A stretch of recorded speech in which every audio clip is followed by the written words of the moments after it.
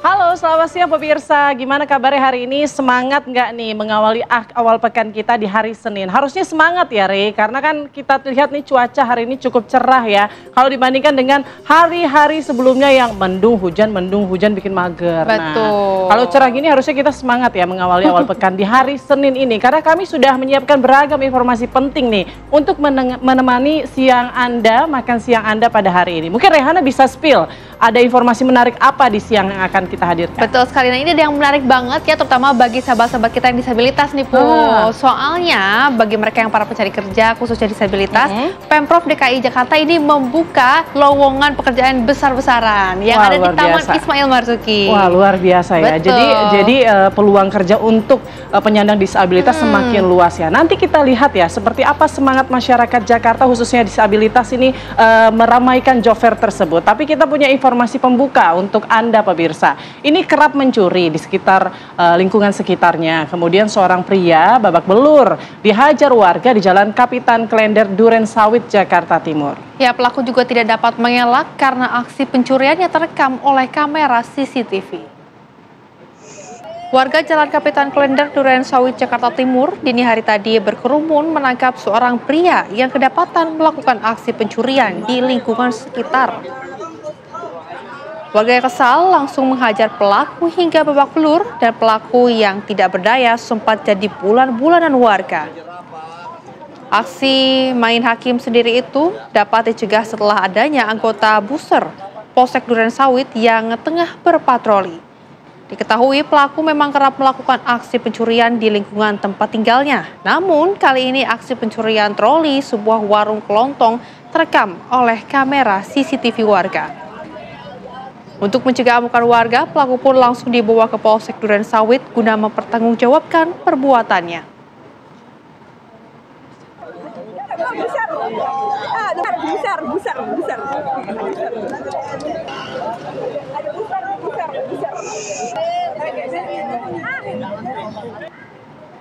Satuan Lalu Lintas Polresta Gorontalo ini pemirsa bersama dengan Samapta Polda Gorontalo membubarkan aksi balap liar di bundaran Saronde Kota Gorontalo yang semakin meresahkan warga setempat dan juga pengguna jalan. Ya, 2 unit sepeda motor berhasil diamankan petugas setelah aksi kejar-kejaran.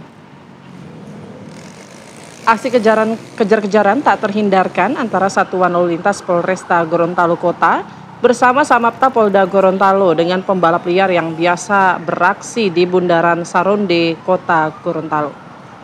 Maraknya aksi balap liar yang sering meresahkan warga Kota Gorontalo dan pengguna jalan memaksa pihak kepolisian kemudian turun ke jalan membubarkan balap liar ini. Dan hasilnya 2 unit sepeda motor yang digunakan dalam aksi balap liar diamankan petugas. Hal ini dilakukan guna memberikan efek jera kepada para pelaku balap liar dan memberikan rasa aman untuk warga sekitar serta pengguna jalan.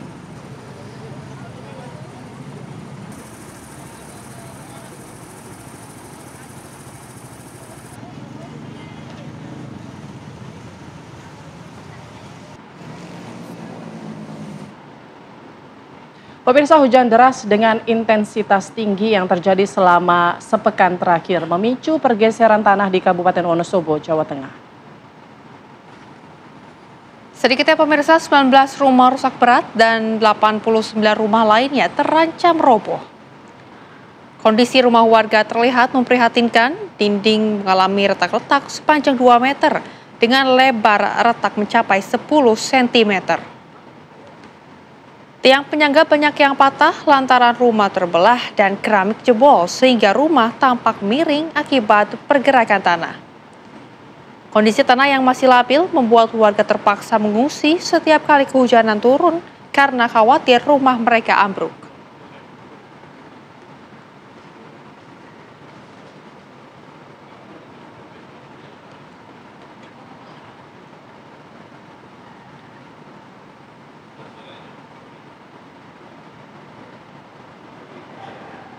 Pemirsa, 3 kawanan pencuri yang menggunakan mobil mewah ini menggasak 3 sepeda motor merek Atlit yang berada di halaman Wisma Atlit di Musi Banyu Asin, Sumatera Selatan.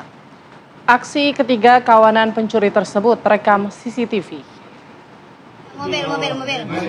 Inilah aksi 3 kawanan pencuri sepeda motor saat melakukan aksinya di halaman Wisma Atlet Blok A di Kecamatan Sekayu, Musi, Banyuasin, Sumatera Selatan. Ketiga kawanan pencuri ini mengendarai mobil mewah dan menggasak 3 unit sepeda motor milik atlet bola voli dan atlet tinju saat tengah berlaga.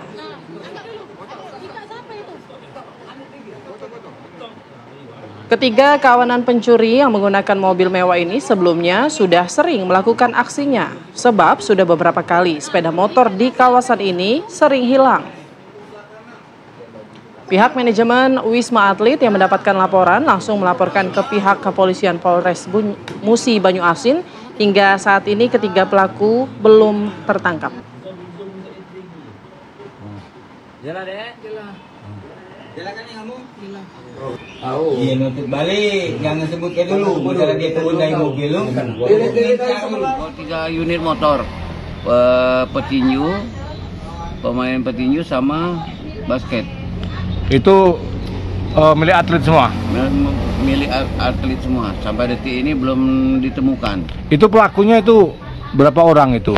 Itu berarti 3 orang membawa ikut mobil Fortuner yang tidak ada plat. Masuk ke lokasi ya? Masuk lokasi. Oknum pelaku pencuri ini dia menggunakan kendaraan yang mewah. Tanggul Sungai Widodaren di Pati, Jawa Tengah ambrol sepanjang 10 meter. Akibatnya belasan rumah warga yang berada di pinggir sungai terancam longsor dan terendam banjir. Bila dia pemirsa, kondisi tanggul Sungai Widodaren yang ambrol sepanjang 10 meter diterjang derasnya banjir di Desa Ketetang Wetan, Kecamatan Batangan, Pati, Jawa Tengah pada hari Senin pagi.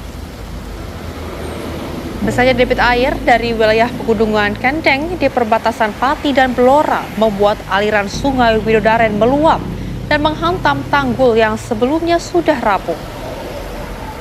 Total panjang tanggul yang ambrol mencapai 50 meter dan sedikitnya 15 rumah warga di pinggiran sungai terancam longsor dan kebanjiran. Sebelumnya pemerintah daerah bersama BNPB sudah meninjau lokasi ambrolnya tanggul Widodaren ini. Namun hingga kini belum ada tindakan darurat yang dilakukan.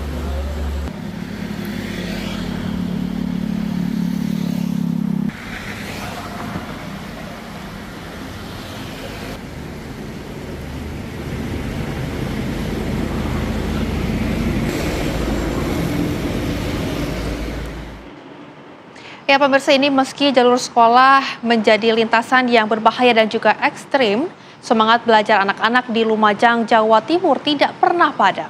Mereka tetap berangkat sekolah meski harus menyeberangi sisa banjir lahar dengan cara yang sangat berisiko.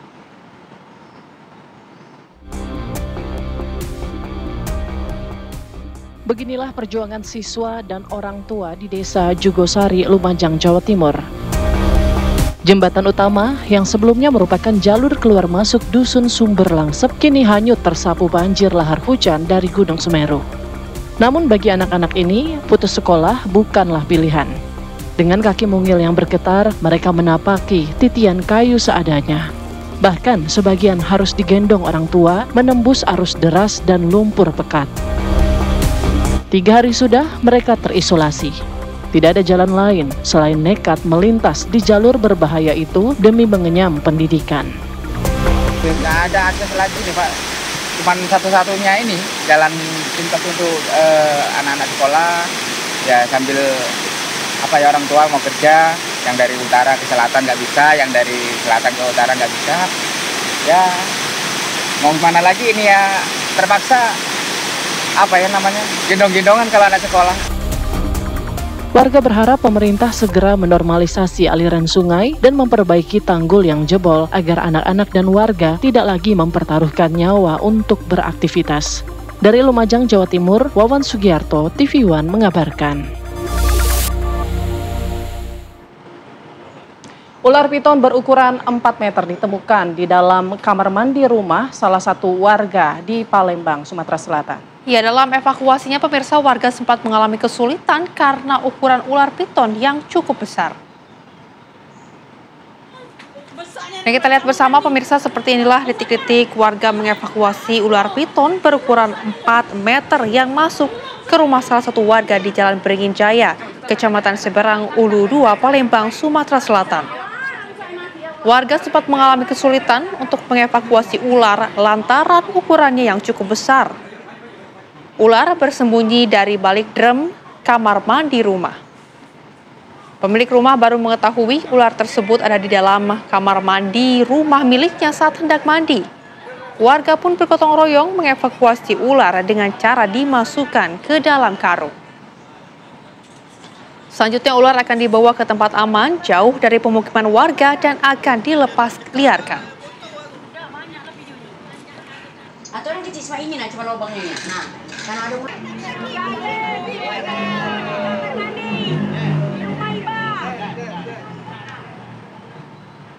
Pemirsa, polisi masih terus bekerja keras untuk mengungkap identitas 2 kerangka manusia yang ditemukan di dalam reruntuhan gedung bekas kantor perusahaan keuangan di kawasan Kuitang, Jakarta Pusat. Di dalam gedung bekas kantor perusahaan keuangan tersebut, 2 kerangka manusia ditemukan dalam kondisi hangus dan sulit dikenali. Guna mengungkap identitas keduanya, anggota Satreskrim Polres Metro Jakarta Pusat melakukan penyelidikan dengan meminta keterangan sejumlah saksi, diantaranya petugas keamanan dan vendor yang menemukan kedua kerangka. Pengambilan sampel dan tes DNA juga dilakukan kepada 2 keluarga korban yang hilang saat unjuk rasa yang berujung kerusuhan pada akhir Agustus lalu. Hasil pemeriksaan DNA yang dilakukan terhadap kedua kerangka yang ditemukan di dalam gedung bekas kantor perusahaan keuangan diperkirakan akan diketahui pada hari Rabu mendatang.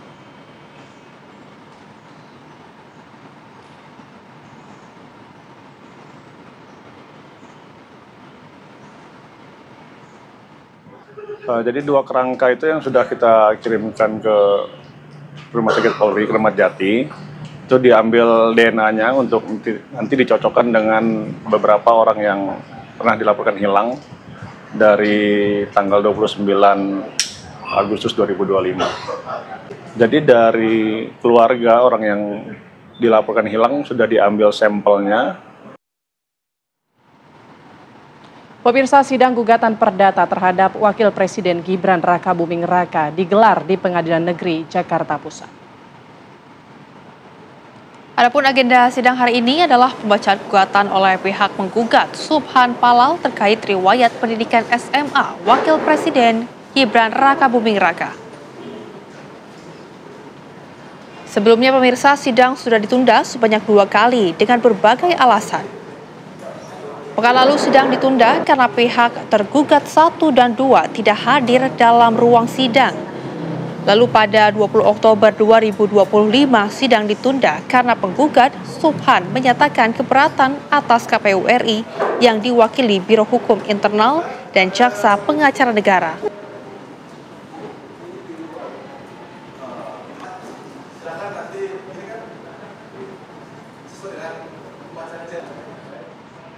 Langsung saja pemirsa, kita akan bergabung dengan Sekar Wanda yang sudah ada di Pengadilan Negeri Jakarta Pusat untuk melaporkan terkait dengan sidang gugatan ijazah Wakil Presiden Republik Indonesia Gibran Rakabuming Raka. Sekar Wanda, silakan dengan laporan Anda. Ya, Rehana, Putri, dan juga pemirsa, benar sekali bahwa hari ini merupakan sidang lanjutan gugatan perdata dari kasus ijazah Wakil Presiden Gibran Rakabuming Raka yang diselenggarakan di Pengadilan Negeri Jakarta Pusat. Di mana sebelumnya sidang ini memang sempat ditunda pada pekan lalu dikarenakan pihak tergugat tidak hadir dalam persidangan. Namun pemirsa, dalam sidang yang dimulai pada pukul 10.30 waktu Indonesia Barat hari ini, pihak penggugat yakni Subhan Palal membacakan kembali pokok gugatannya yang mempermasalahkan mengenai keabsahan ijazah dari Gibran Rakabuming Raka. Subhan menegaskan isi gugatan tidak berubah, termasuk dengan petitum yang meminta pembatalan jabatan Gibran Rakabuming Raka sebagai Wakil Presiden Republik Indonesia periode 2024-2029. Subhan juga menyatakan pihaknya siap membuka semua bukti dan juga menghadirkan mendengarkan para saksi pada tahap pembuktian yang rencananya akan digelar secara offline pada Desember mendatang. Selain itu, dalam tahap ini Subhan juga menyebutkan akan menyajikan bukti surat, saksi dan juga para ahli.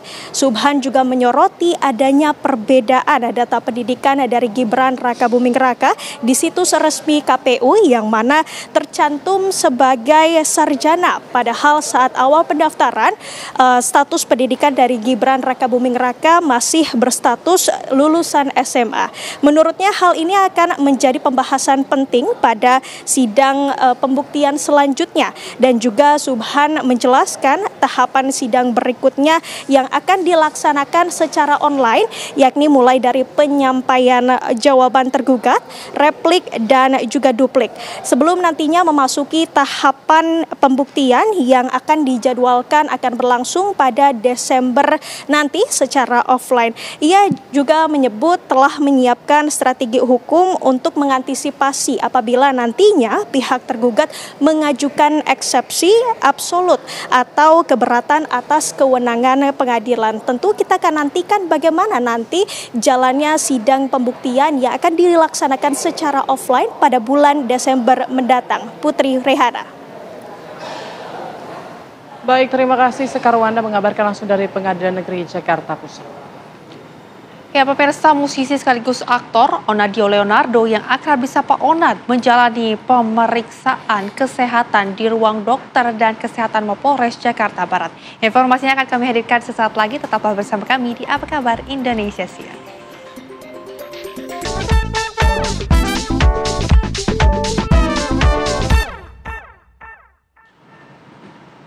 Ya, di segmen ini kami akan hadirkan beragam informasi viral untuk menemani siang Anda. Yang pertama dari musisi sekaligus aktor Onadio Leonardo yang akrab disapa Onat menjalani pemeriksaan kesehatan di ruang dokter dan kesehatan Mapolres Jakarta Barat. Dari hasil pemeriksaan kesehatan, Onat dinyatakan positif menggunakan narkotika jenis amfetamin, metapetamin, dan juga THC.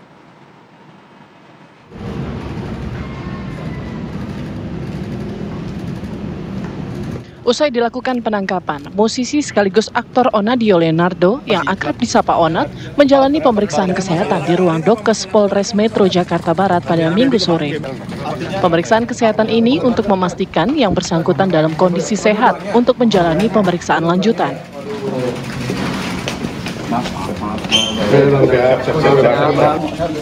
Cukup ya. Dikasih jalan, Pak. Kanit 3 Satres Narkoba Polres Metro Jakarta Barat menjelaskan, untuk tes urin Onat sendiri sudah dilakukan oleh petugas kepolisian. Hasilnya, Onat dinyatakan positif menggunakan narkotika jenis amfetamin, metapetamin, dan THC.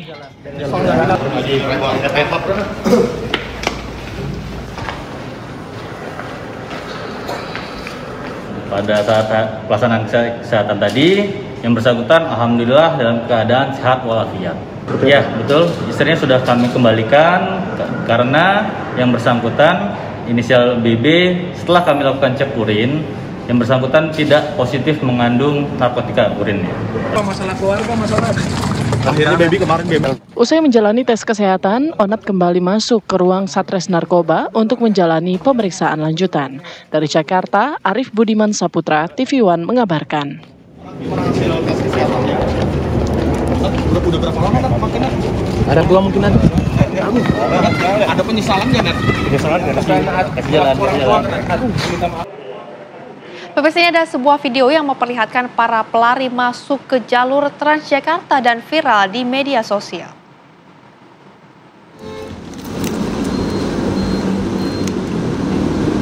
Ya, dalam video tampak ya ratusan pelari ini memasuki jalur busway, membuat bus Transjakarta perlahan berhenti demi menghindari para pelari tersebut.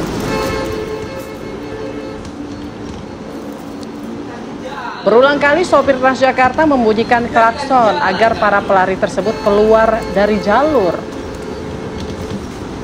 Namun masih ada saja pelari yang bandel dan tetap berlari di jalur busway. Dalam video tersebut juga terdengar suara sang sopir yang kesal dengan para pelari yang malah menyerobot jalur busway, padahal sudah dikasih jalan khusus. Dan akibat ulah para pelari ini, perjalanan bus Transjakarta menjadi terhambat.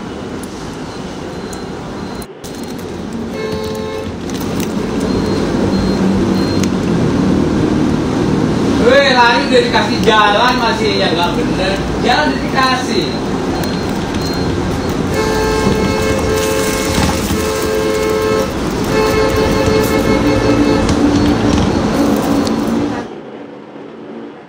Pemirsa, petugas pemadam kebakaran mengevakuasi seorang lansia pengidap stroke untuk dibawa ke rumah sakit. Ya, pemirsa, namun proses evakuasi ini tidak mudah karena pasien harus dievakuasi dari lantai 4 rumahnya dengan menggunakan tandu dan juga tali. Petugas yang dibantu warga harus ekstra hati-hati untuk menurunkan pasien ke lantai bawah. Evakuasi sempat terkendala, pemirsa, karena terdapat kabel listrik yang menghalangi jalur evakuasi. Pasien atas nama M. Nur dievakuasi dari lantai 4 kediamannya di Jalan Fajar Aladin, Penjaringan, Jakarta Utara dengan menggunakan tandu dan juga tali. Akses yang sempit serta pergerakan korban yang terbatas terpaksa dievakuasi oleh petugas. Korban diketahui mengidap penyakit stroke dan akan dibawa ke rumah sakit oleh pihak keluarga.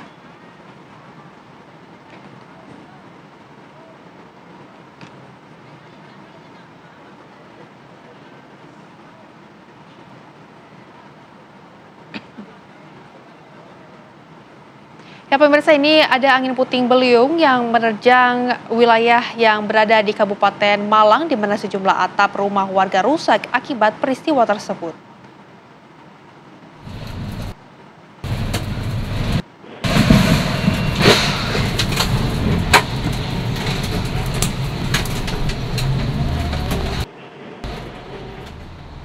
Inilah video amatir saat angin puting beliung melanda wilayah Dau, Kabupaten Malang.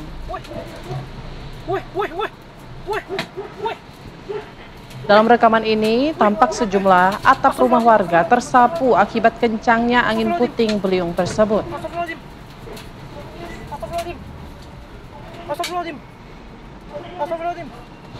Tidak ada korban jiwa dalam peristiwa ini, namun sejumlah atap rumah warga mengalami kerusakan.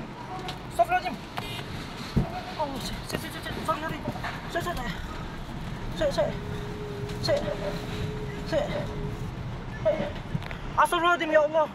Ya Allah, ya Allah, ya Allah. Ya Allah. Ya Allah, ya Allah, ya Allah, merinding aku, merinding. Wih. Wih, wih, wih. Wih. Wih. Wih. Wih, ngawang apa? Astagfirullahaladzim, astagfirullahaladzim, astagfirullahaladzim. Pemirsa, Panji Pragiwaksono saat ini tengah menjadi sorotan setelah potongan video penampilan stand up komedinya yang viral di media sosial. Dalam potongan video, pemirsa, Panji melontarkan materi stand up yang dianggap ini melecehkan adat dan nilai budaya Toraja. Pasti ada yang tahu. Kalau ada anggota keluarga yang meninggal, makaminnya itu pakai pesta yang mahal banget, bener gak gue? Iya kan? Bahkan banyak orang Toraja yang jatuh miskin habis bikin pesta untuk pemakaman keluarganya. Dan banyak yang nggak punya duit untuk makamin, akhirnya jenazahnya dibiarin aja gitu. Panji menyebut, pemirsa, bahwa pemakaman adat Toraja membutuhkan biaya besar, sehingga banyak orang yang jatuh miskin karena hal tersebut. Kelakar Panji dalam potongan video lama itu pun mendapat sorotan dari Perhimpunan Masyarakat Toraja Indonesia. Ketua Perhimpunan Masyarakat Toraja Indonesia Makassar, Amson Padolo, menjadi salah satu yang paling keras untuk menyuarakan keberatan.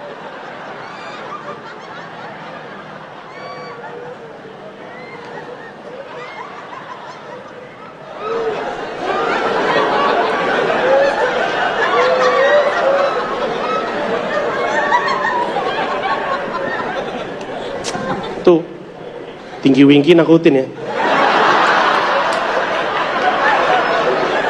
Lompat-lompat, ada kuncirnya di atas. Takut nggak sih? Iya kalau nonton TV. Gimana kalau misalnya nonton TV? Pemirsa, anggota DPR nonaktif, yakni adalah Ahmad Syarrori, akhirnya muncul ke publik setelah sempat menghilang usai rumah mewahnya di kawasan Tanjung Priuk dijarah massa pada akhir Agustus 2025. Bapak Ibu, Saya alhamdulillah tidak korupsi. Sahroni tampak hadir dalam acara pengajian dan doa bersama yang digelar di kediamannya pada Minggu 2 November 2025. Dalam kesempatan itu, politikus Partai Nasdem tersebut menyinggung kembali insiden penjarahan yang sempat menjadi sorotan internasional. Sahroni menilai kemarahan sebagian warga terhadap dirinya tidak lepas dari kesalahpahaman yang dipicu konteks politik. Di dalam ruang publik ini different orang yang nggak ngerti kondisinya.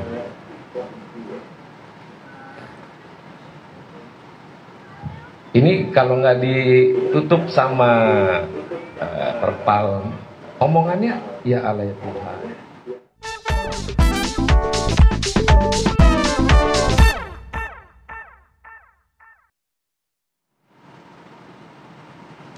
Kita jeda terlebih dahulu pemirsa, usai jeda kita hadirkan beragam informasi menarik lainnya, diantaranya dari Pengadilan Militer 315 Kupang, Nusa Tenggara Timur kembali menggelar sidang kasus kematian Prada Luki Cepril Saputra Namo. Informasi selengkapnya akan kami hadirkan, tetaplah bersama kami.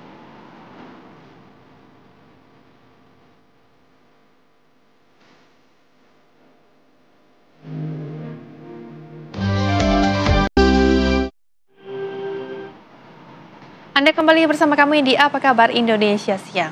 Pemirsa, fasilitas pelayanan kesehatan di Rumah Sakit Umum Daerah Raja Ahmad Thabib di Tanjung Pinang, Kepulauan Riau dikeluhkan oleh pasien dan pengunjung rumah sakit akibat pendingin udara atau AC yang tidak berfungsi. Keluarga pasien rawat inap bahkan terpaksa membawa kipas angin sendiri sejak beberapa bulan terakhir.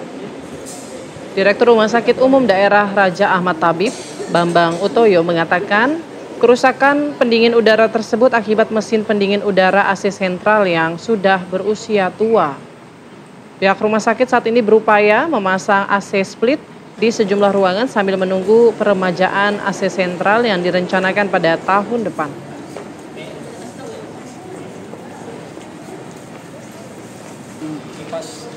Saudara di Batam, di Tanjung Pinang karena kita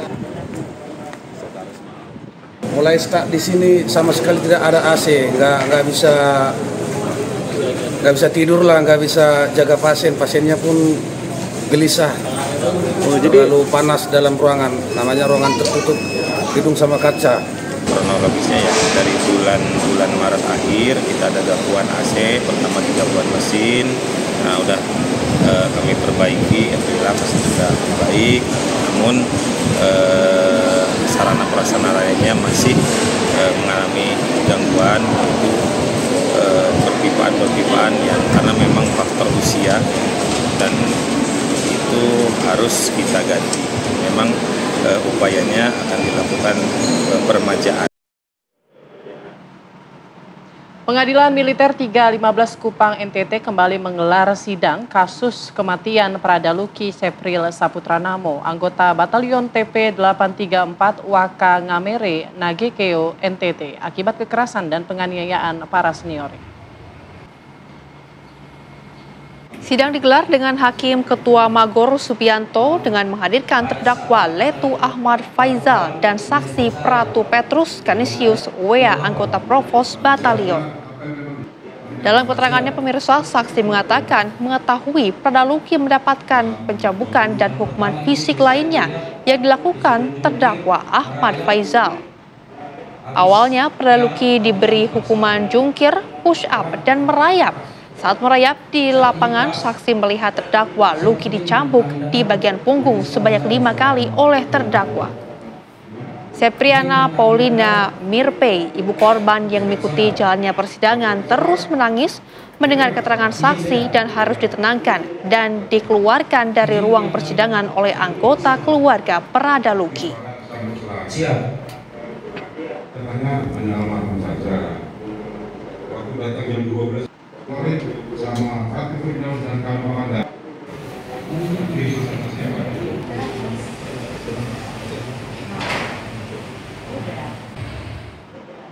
Dan pemirsa, untuk memperbarui informasi terkini, langsung saja kita akan bergabung dengan Fritz Floris dari Pengadilan Militer 315 Kupang NTT untuk sidang kasus kematian Prada Luki. Fritz, silakan dengan laporan Anda. Ya, baik, selamat siang Putri dan Renata bersama pemirsa TV One.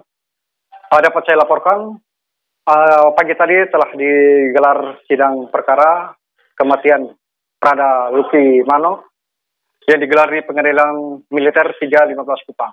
Pada persidangan tadi dengan agenda perkara mendengar keterangan saksi.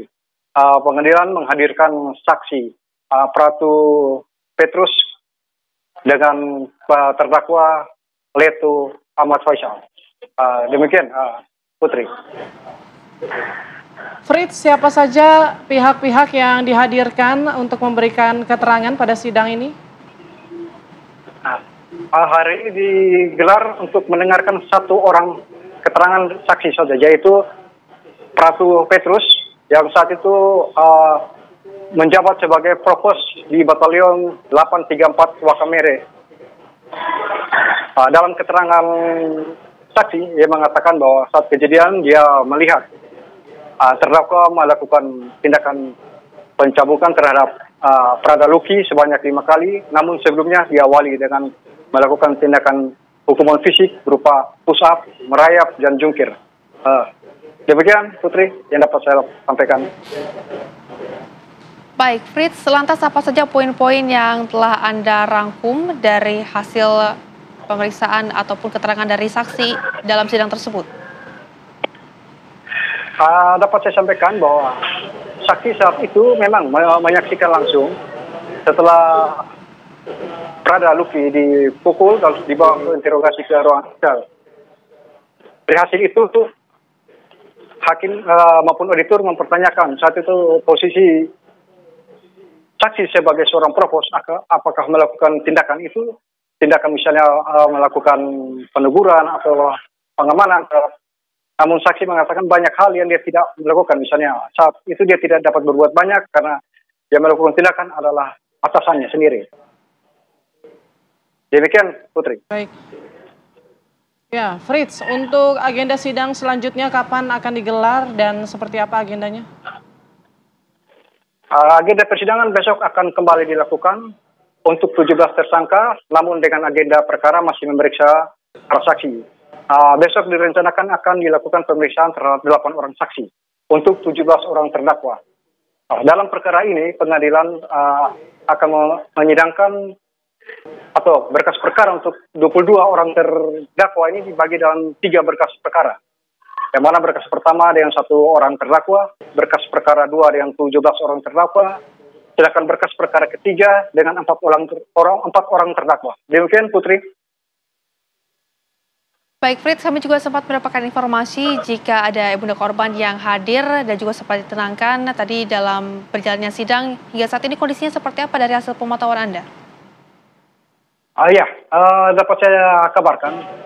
Dalam persidangan tadi mendengar keterangan saksi, ibu korban sempat menangis mengenang anaknya, yang mana di saat anaknya mendapat terjadi penyiksaan ataupun penganiayaan, di mana saksi tidak bisa berbuat banyak, apalagi jabatan saksi sebagai seorang anggota provos.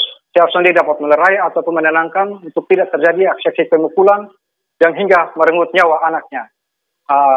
Untuk menenangkan itu, akhirnya pihak keluarga harus membawa keluar ibu korban untuk menenangkan di luar ruangan sidang. Demikian, Putri. Ya, Fritz, jika memang terbukti bersalah, apa sanksi atau ancaman yang akan menjerat para terdakwa ini? Dalam dakwaan yang dibacakan oleh auditor 315 Militer Kupang, para terdakwa diancam dengan hukuman 9 tahun penjara. Untuk sementara yang dapat saya sampaikan berdasarkan dakwaan yang dibacakan oleh auditor militer. Demikian, Putri. Baik, Fritz Floris, terima kasih atas laporan Anda langsung dari NTT. Selamat kembali beraktivitas. Kita ke informasi selanjutnya, pemirsa. Pimpinan DPR RI Sufmi Dasko Ahmad melakukan inspeksi ke pabrik produsen ban di Cikarang, Jawa Barat. Kedatangan Sufmi Dasko digelar usai beredar kabar ada pemutusan hubungan kerja atau PHK massal di pabrik ban tersebut.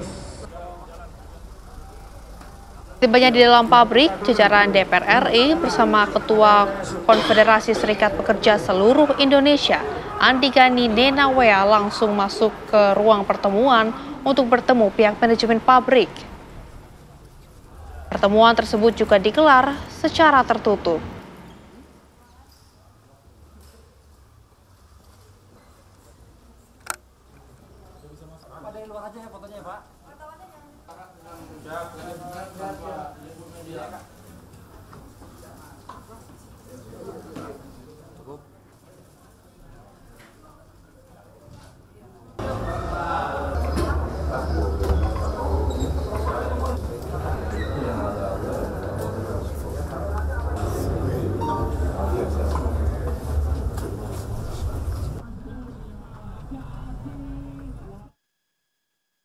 Ya, pemirsa, almarhum Raja Keraton Surakarta Hadiningrat Kanjeng Susuhunan Pakubuwono akan dimakamkan di makam Raja-Raja yang ada di Imogiri, Bantul, Yogyakarta pada hari Rabu 5 November 2025. Informasinya akan kami hadirkan saja, dan tetaplah bersama kami di Apa Kabar Indonesia Siang.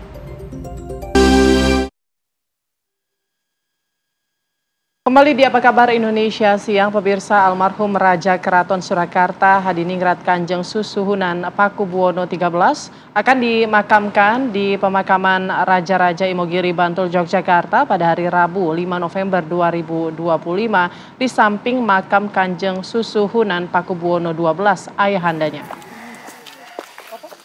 Persiapan pemakaman Sri Susuhunan Pakubuwono ke-13 mulai dilakukan di kompleks makam Raja-Raja Imogiri. Seluruh abdi dalam Keraton Surakarta di kompleks makam Raja-Raja di Imogiri telah menerima surat perintah dari Keraton Surakarta untuk persiapan pemakaman. Almarhum Kanjeng Susuhunan Pakubuwono ke-13 akan dimakamkan di kompleks makam Kanjeng Susuhunan Pakubuwono 10 di sisi sebelah barat. Adapun proses penggalian makam akan dimulai pada hari Senin.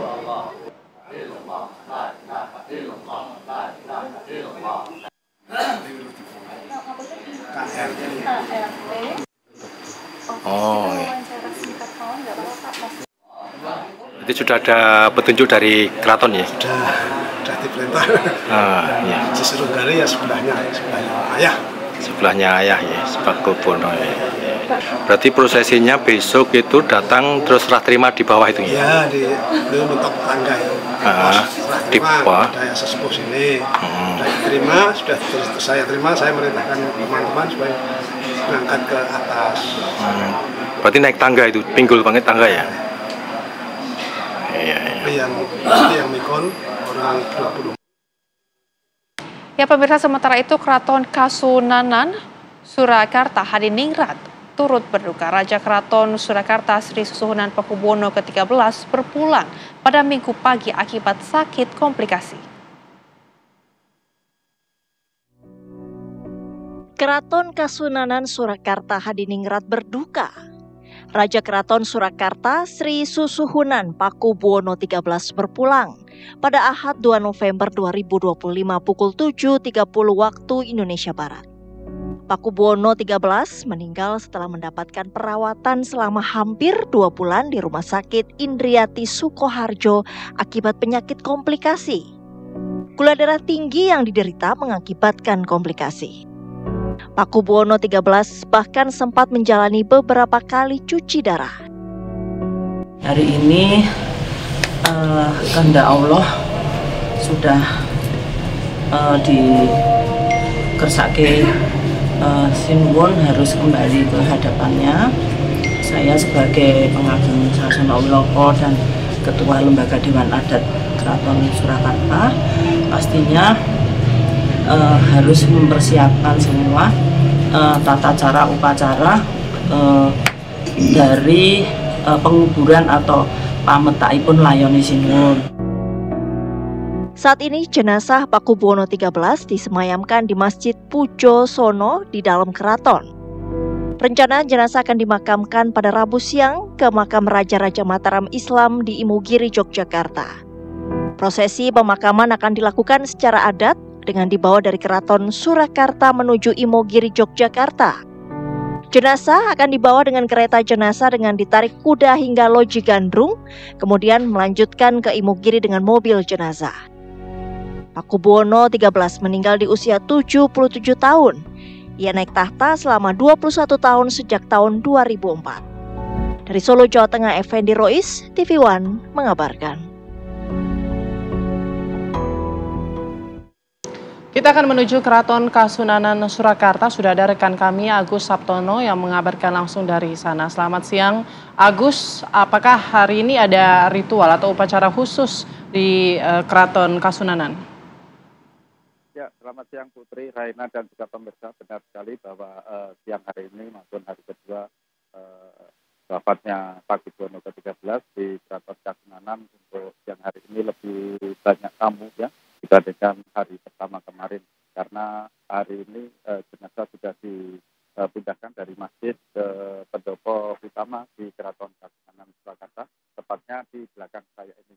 Dan terlihat sejak pagi warga maupun beberapa pejabat daerah telah datang untuk memberikan bela sungkawa kepada Keraton Kasunanan Surakarta. Seperti kita ketahui bahwa Pakubuwono ke-13 meninggal pada hari pagi pada pukul 7.30 dan berbagai persiapan pun telah dilakukan oleh pihak keraton menjelang pemakaman yang akan dilakukan pada hari Rabu tanggal 5 November 2025. Nanti rencananya jenazah akan dimakamkan di pemakaman Raja di Batu Jakarta, yaitu di pemakaman Kasunanan, karena di sana ada dua pemakaman, yaitu satu pemakaman Kasultanan itu untuk Raja-Raja di Jakarta, dan satu lagi pemakaman Kasunanan, yaitu yang ditujukan bagi Raja-Raja dari Keraton Surakarta. Sementara siang hari ini pantauan kami di Keraton Surakarta masih banyak warga maupun pejabat dari berbagai daerah yang datang untuk mengucapkan bela sungkawa kepada pihak Keraton Kasunanan. Seperti itu Putri, dan kita kembali ke situ. Baik, Agus, lantas siapa saja tokoh-tokoh yang hadir langsung ke keraton di sana menurut pemantauan Anda? Kalau hari ini belum ada tokoh nasional, baru tokoh lokal seperti Bupati pejabat daerah lain. Kalau tadi malam Wakil Presiden dan Raka Bumi Raka dan juga Gubernur Jawa Tengah, dan juga pada malam hari terakhir itu Presiden ke-7 Jokowi Widodo.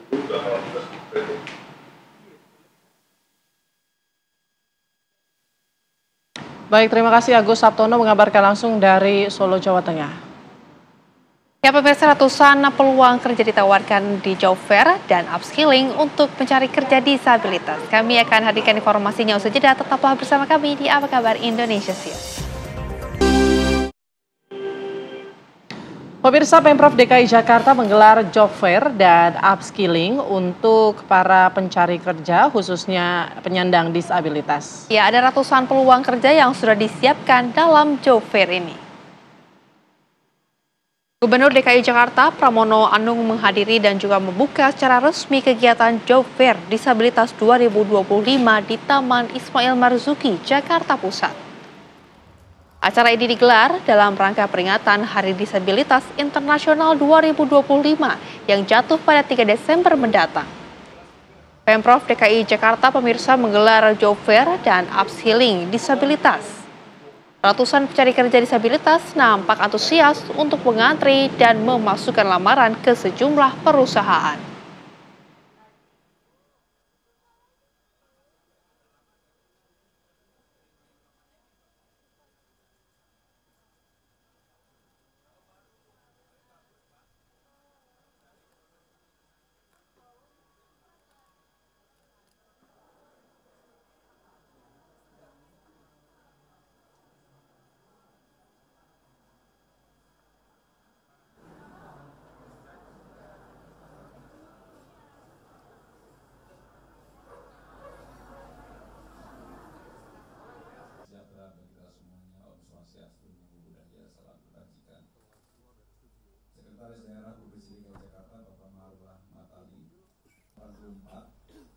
yang akan hadir kalau ada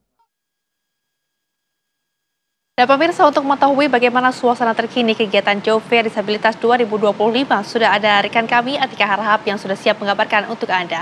Atika Harahap, bagaimana situasi Job Fair di sana? Silakan.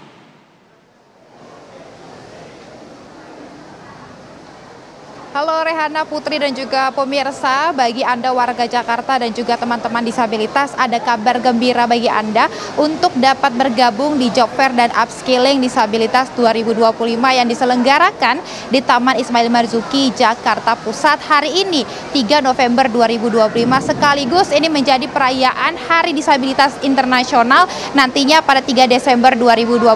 Tadi pagi sudah dibuka resmi oleh Gubernur DKI Jakarta, Pramono Anung, yang mana kegiatan ini mengusung tema peluang tanpa batas membuka jalan untuk semua. Dan memang sejak pagi hari tadi ini antusiasme dari teman-teman disabilitas sudah sangat terlihat, antrian sudah sangat terlihat begitu ya, untuk dapat mendaftar dan juga melihat begitu bagaimana nanti potensi mereka berdaya saing di dunia kerja.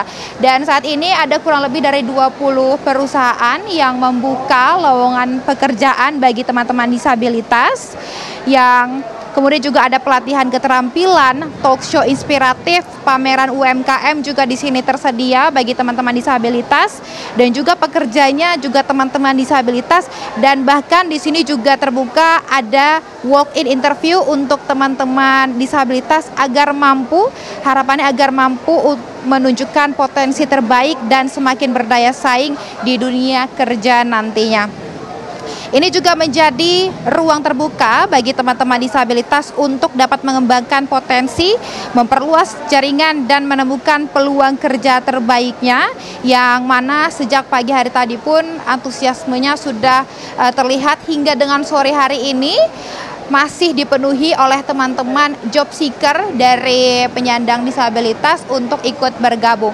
Dan kami akan mencoba, Putri dan juga Rehana, menanyakan ke salah satu perusahaan yang saat ini sedang menerima lowongan bagi teman-teman disabilitas dari salah satu perusahaan begitu ya. Halo, selamat siang Kak, dengan siapa? Siang, Insyira. Kak Insyira, mau nanya dong, ini job Fair dan Upskilling Disabilitas 2025 sejak pagi hari tadi diselenggarakannya. Untuk dari perusahaan Mbak sendiri dibutuhkannya lowongannya apa aja? Oke, jadi dari kita itu ada buka 3 divisi, yaitu ada di staf umum, SDM, dan administrasi. Dan semuanya itu kita butuh dari staf yang awal aja sih Mbak, gitu. Untuk kualifikasi untuk teman-teman disabilitas ini seperti apa Mbak? Kita membuka semua kesempatan untuk kita semua, karena saya juga percaya mereka juga punya kemampuan yang sama untuk kita. Dan karena kita juga harus ya sebagai salah satu BUMD, dan ini juga harus memiliki kesempatan untuk yang sama, seperti itu. Harapannya untuk teman-teman disabilitas ini seperti apa nih Mbak? Oke, semoga dengan adanya Job Fair ini mereka bisa tersalurkan ya.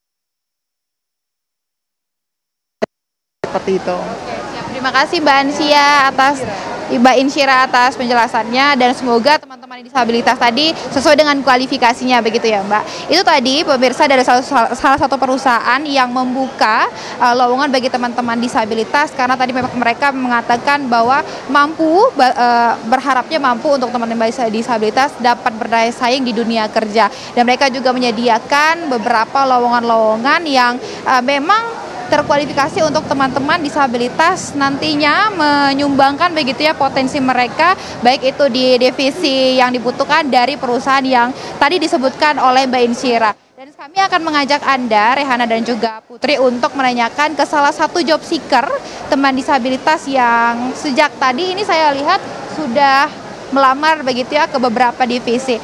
Halo, selamat siang Mas, dengan Mas siapa namanya Mas? Boleh izin bergabung dengan kita? Mas Aldi. Mas Ali dari mana nih Mas? Dari Jakarta Selatan, Pondok Indah. Mas, ini datang ke Job Fair dan Upskilling ini tahu informasinya dari mana dan sudah dari jam berapa nih Mas? Saya tahu dari teman di hari Minggu sore. Lalu habis itu saya datangnya dari pagi, dari jam 7 ya. Sudah daftar ke mana aja nih Mas, dan divisinya apa? Yang dibutuhkan ini apa nih Mas? Saya sudah daftar untuk keseluruhan semuanya untuk saya ambil di divisi administrasi. Iya. Memang kualifikasinya dari bidang studi di administrasi atau bagaimana nih, Mas? Ya, di bidang administrasi, di bidang hospitality lebih tepatnya. Ya. Mas, melihat adanya dari Pemprov DKI begitu ya, membuka peluang kerja bagi teman-teman disabilitas untuk dapat melihat potensi di berdaya saing di dunia kerja, antusiasme dan tanggapannya gimana nih, Mas?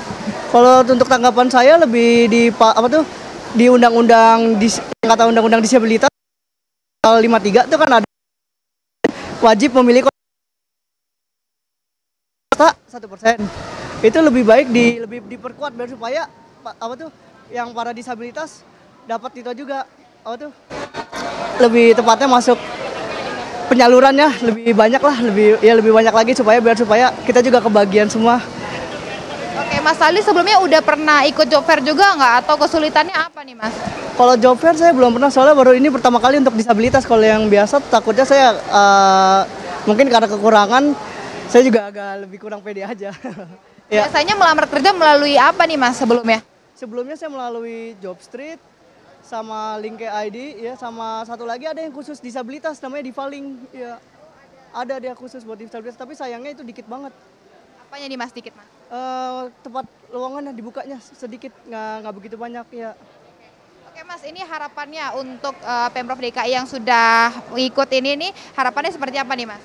Harapan saya sih lebih agar yang kayak tadi aja, penyaluran warga disabilitasnya itu lebih banyak supaya bisa bekerja juga, nggak cuman 1-2% saja. Soalnya kan kita juga memiliki itu kekurangan itu. Iya. Terima kasih, Mas Aldi. Semoga lamaran-lamaran yang sudah dilempar begitu ya ke perusahaan yang dibuka ini dapat diterima dan dapat bekerja begitu ya. Itu tadi Putri, Rehana dan juga pemirsa pernyataan dari salah satu job seeker begitu ya, teman disabilitas Mas Ali tadi yang sudah turut hadir dari pagi dan beliau mengatakan bahwa sudah mendaftar ke semua perusahaan yang membuka dan berharap agar teman-teman disabilitas ini dapat juga memiliki peluang yang sama dengan teman-teman yang lainnya karena mereka percaya bahwa mereka juga memiliki berdaya saing di dunia kerja. Sementara demikian, kembali ke studio Putri dan Rehana. Baik, terima kasih Atika Harahap mengabarkan langsung dari Job Fair Disabilitas 2025.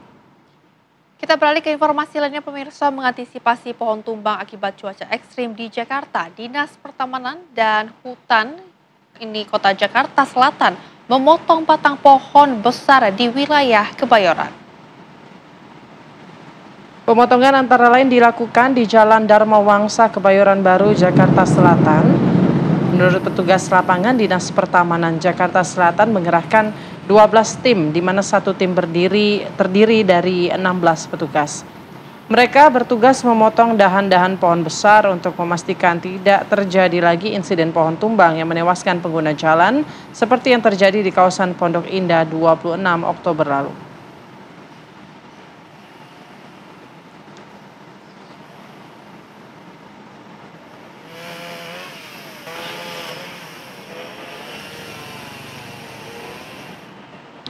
Akibat overkapasitas rutan dan lapas di wilayah Jawa Barat, hampir 1.000 lebih warga binaan di 33 rutan dan lapas di Jawa Barat terkena penyakit menular skabies.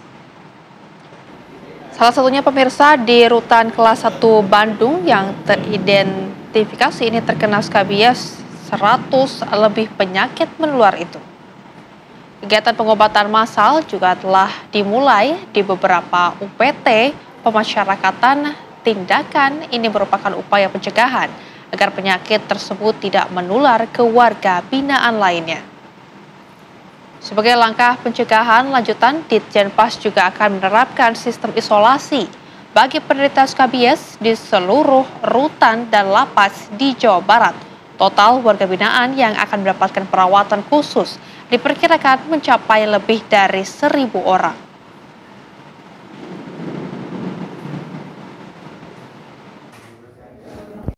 Kami dari kantor wilayah sudah mengeluarkan surat edaran Kanwil Direktorat Jenderal Pemasyarakatan terkait dengan penanganan penyakit skabies. Karena ini penyakit yang sering muncul karena metode penularannya cepat. Apalagi dengan jumlah hunian 26.000 yang overkapasitas sehingga satu kamar yang tidak lagi ideal sehingga sangat memungkinkan sekali untuk proses penularan lebih cepat. Sehingga kami mengeluarkan surat edaran dalam rangka penanganan skabies. Pemirsa, perkemahan antar satuan karya pramuka tingkat nasional tahun 2025 di lapangan utama Bumi Perkemahan Bonggo Hulawa Kabupaten Gorontalo, Provinsi Gorontalo resmi dibuka.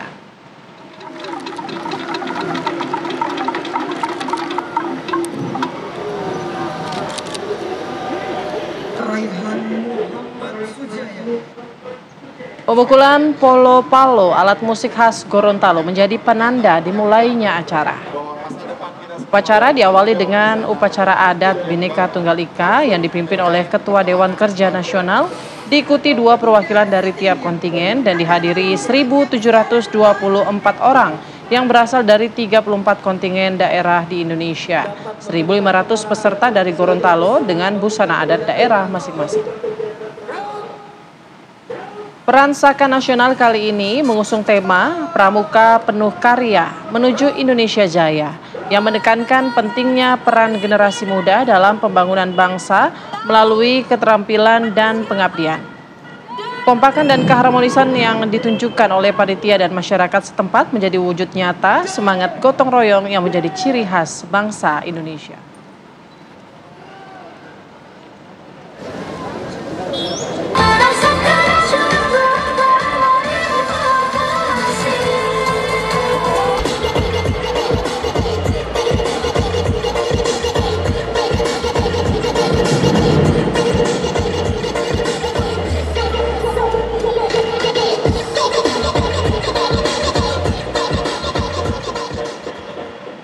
Pemirsa, armada terbaru TNI Angkatan Udara pagi ini tiba di Landasan Udara Halim Perdana Kusuma, Jakarta. Informasi selengkapnya akan kami hadirkan usai jeda berikut. Tetaplah bersama kami.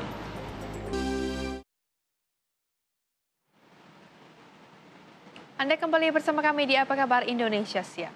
Menteri Keuangan Purbaya Yudi Sadewo menyambangi kantor Dewan Perwakilan Daerah atau DPD pada hari Senin pagi.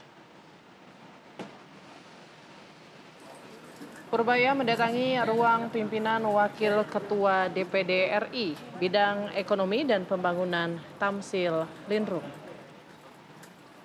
Pertemuan berlanjut dengan diskusi yang lebih mendalam mengenai kondisi ekonomi dan fiskal pemerintah.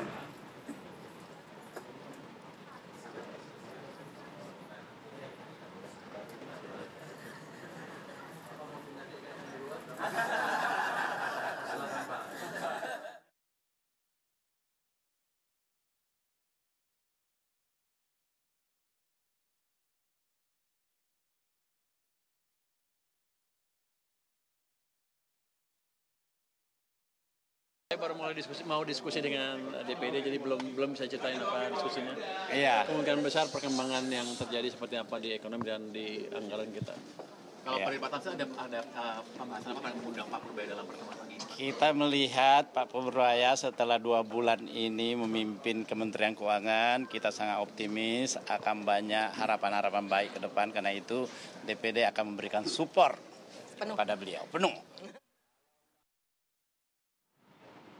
Presiden Prabowo Subianto turun tangan menuntut agar segera solusi cepat atas polemik utang kereta cepat Jakarta-Bandung atau WUSH. Polemik ini semakin tajam, pemirsa, setelah Menteri Keuangan Purbaya Yudi Sadewa menyatakan tidak akan memakai APBN untuk membayar hutang proyek tersebut.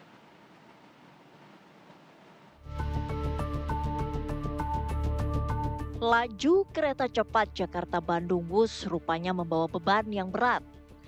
Mampu melaju kencang, WUSH nyatanya justru membawa utang yang tak tanggung-tanggung. Konsorsium PT Kereta Cepat Indonesia Cina harus membayar utang proyek pembangunan kereta super mahal itu hingga 116 triliun rupiah. Utang WUSH terus menjadi polemik setelah Menteri Keuangan Purbaya Yudi Sadewa menyatakan tidak akan memakai APBN untuk membayar utang proyek itu. Restrukturisasi utang akhirnya jadi pilihan. Namun cara itu dianggap tak efisien karena jangka waktu yang lama dari 40 tahun menjadi 60 tahun. Tak ingin utang kereta cepat terus menjerat, Presiden Prabowo perintahkan sejumlah menterinya, termasuk Menteri Keuangan, mencari skema terbaik untuk membayar utang WUSH. Prasetyo menegaskan masalah utang WUSH merupakan tanggung jawab bersama. Pemerintah bertanggung jawab menyediakan transportasi publik untuk masyarakat.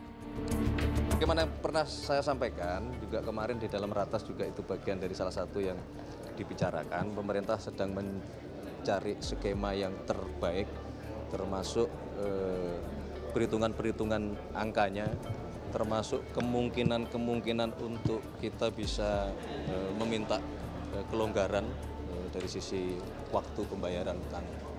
Kemarin Pak Erlangga bilang dibahas sama Presiden. Iya.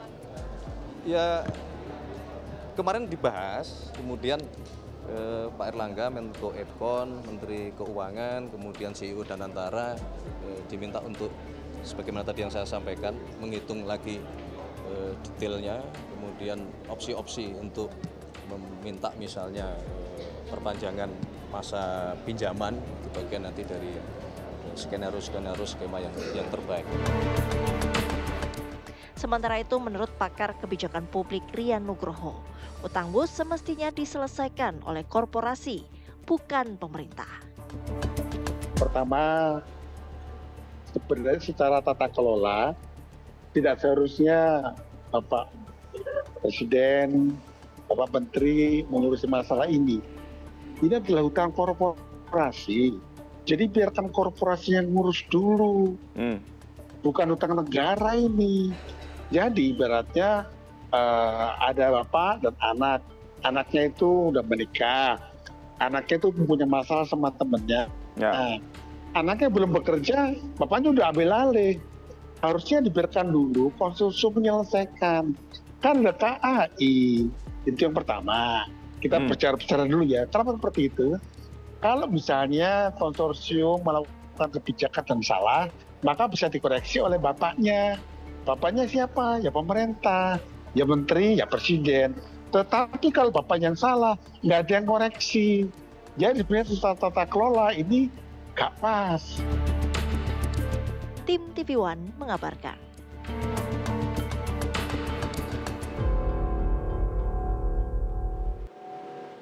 Pemirsa, armada terbaru TNI Angkatan Udara ini pagi tadi tiba di Landasan Udara Halim Perdana Kusuma, Jakarta. Kedatangan pesawat angkut strategis produksi Airbus A400M disambut oleh Kepala Staf Angkatan Udara Marsikal TNI Muhammad Tony Harjono.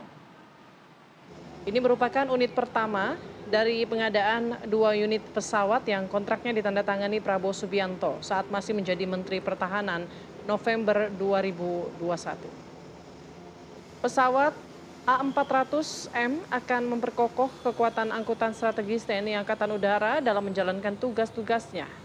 Pesawat A400M akan diparkirkan dalam Skadron Udara 31 Lanut Halim Perdana Kusuma, Jakarta.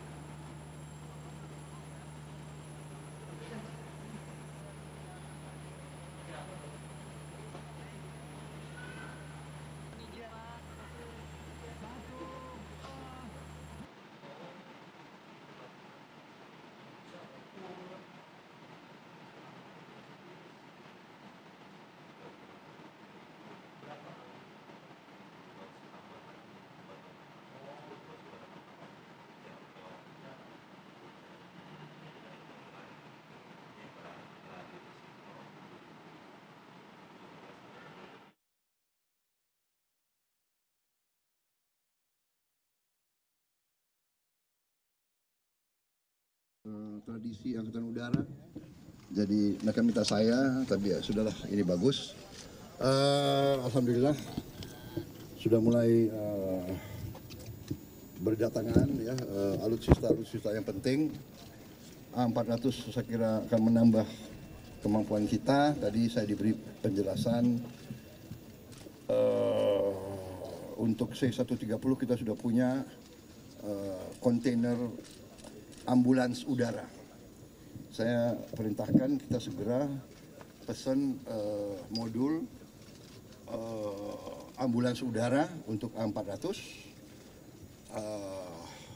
dan juga saya sudah instruksikan untuk diperlengkapi dengan alat-alat untuk menghadapi kebakaran hutan. Jadi ini nanti menambah kekuatan kita.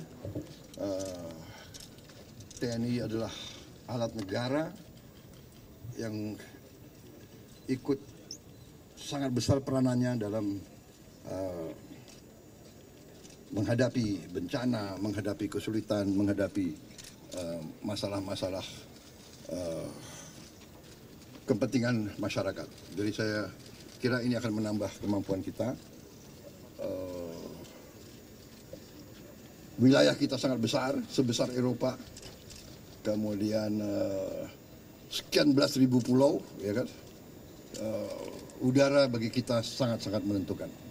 Dan sangat penting semua TNI sekarang kita bangun untuk menjadi lebih efektif, tidak hanya menjaga wilayah tapi juga mengamankan dan mendukung pembangunan nasional.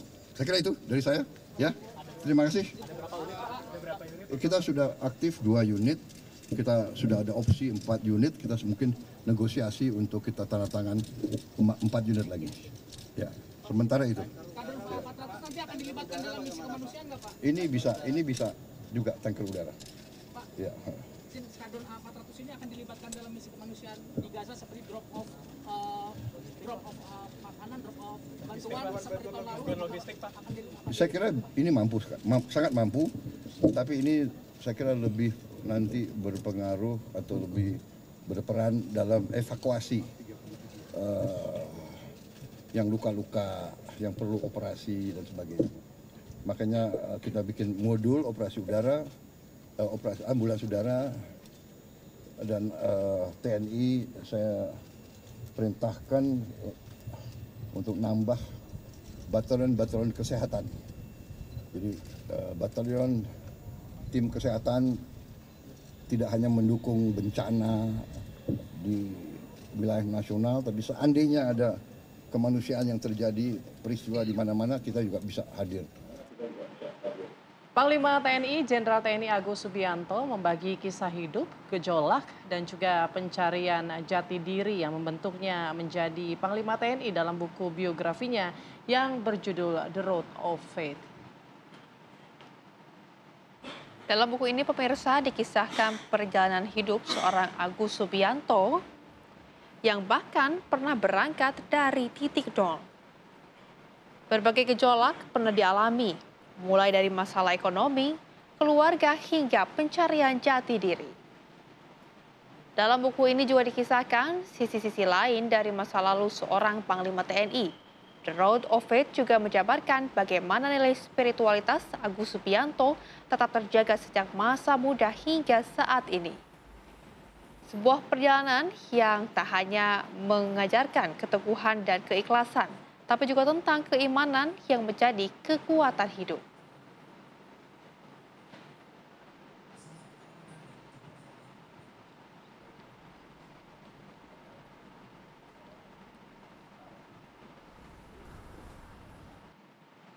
Ya, informasi tadi sekaligus menutup jumpa kita di Apa Kabar Indonesia Siang. Saya Putri Windasari. Dan juga saya Rehana Mezia mewakili segenap yang bertugas. Izin pamit undur diri. Terima kasih. Sampai jumpa.